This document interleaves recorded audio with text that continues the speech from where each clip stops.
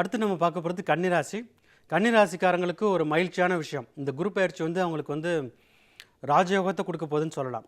இது வரைக்கும் 8ஆம் இடத்துல குரு பகவான் நிறைய பிரச்சனையை கொடுத்துருப்பாரு. சில பேருக்கு பணப்பிரச்சனை இருந்திருக்கும், கடன் தொல்லையால் அவஸ்தைப்பட்டிருப்பாங்க.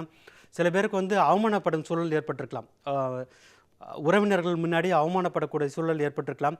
வேலை பார்க்குற இடத்துலையும் அவமானப்பட்டிருக்கலாம். குறிப்பாக அவங்களுடைய ஜூனியர்ஸ் அவங்களுக்கு மேலே போய் உட்காந்துருப்பாங்க. அவங்களுக்கெல்லாம் ப்ரமோஷன் கிடச்சிருக்கும், இவங்களுக்கு கிடச்சிருக்காது.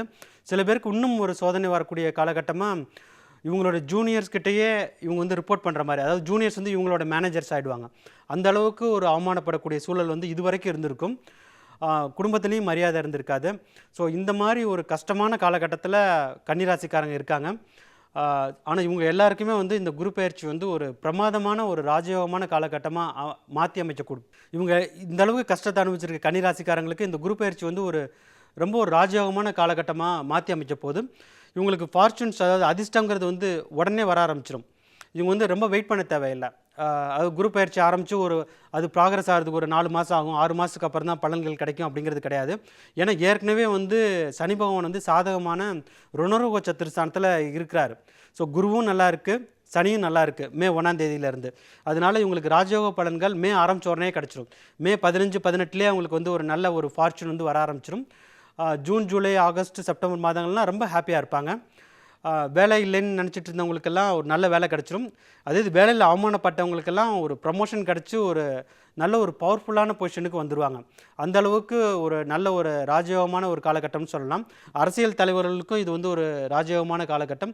தொழிலதிபர்கள் நிறைய கஷ்டப்பட்டிருப்பாங்க. குறிப்பாக பணம் முடக்கம் ஆகிருக்கும் அவங்களுக்கு. அவங்க இன்வெஸ்ட் பண்ண பணம்லாம் ஏற்கனவே ஏதாவது ஒரு இடத்துல போய் லாக் ஆகிருந்திருக்கும். அந்த லாக்கான பணம் தான் ரிலீஸ் ஆகக்கூடிய ஒரு நல்லதொரு குரு பயிற்சியாக இது அவங்களுக்கு இருக்கும். ஸோ அந்த பணப்பிரச்சனையை விட்டு கன்னிராசிக்காரங்கன்னா ஜூலை, ஆகஸ்ட், செப்டம்பர் மாதம் இதுக்கு அந்த ஆரம்பித்த ஒரு 4-5 மாதத்துக்குள்ளாரே கம்ப்ளீட்டாக வெளில வந்துடுவாங்க.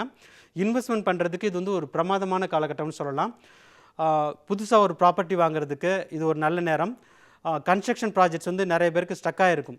அது ஒரு வீடு வாங்கியிருப்பாங்க, நிலம் வாங்கியிருப்பாங்க. ஆனால் அதில் வீடு கட்ட முடியாமல் அது ரொம்ப நாளாக வெயிட் பண்ணிகிட்டே இருப்பாங்க.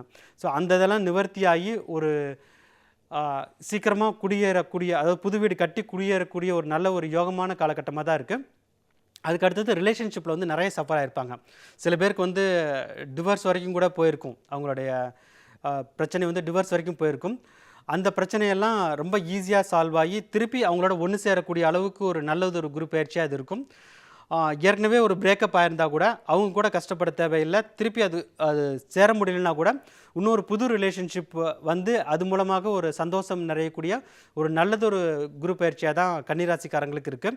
ஸோ அவங்க மொத்தத்தில் கன்னிராசிக்கு இந்த குரு பயிற்சி குருவும் நல்லா இருக்குது, சனியும் நல்லா இருக்குது. ராஜயோகங்களை அள்ளி அள்ளி வழங்கக்கூடிய ஒரு நல்லதொரு காலகட்டமாக இந்த ஒரு வருஷம், அதாவது 12 மாதமே உங்களுக்கு இருக்குன்னு சொன்னால் அது மிகையாகாது.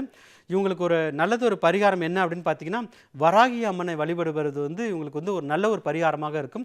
இவங்களுக்கு கிடைக்கக்கூடிய ராஜயோக பலன்கள் இன்னும் அதிகமாக கிடைக்கும்.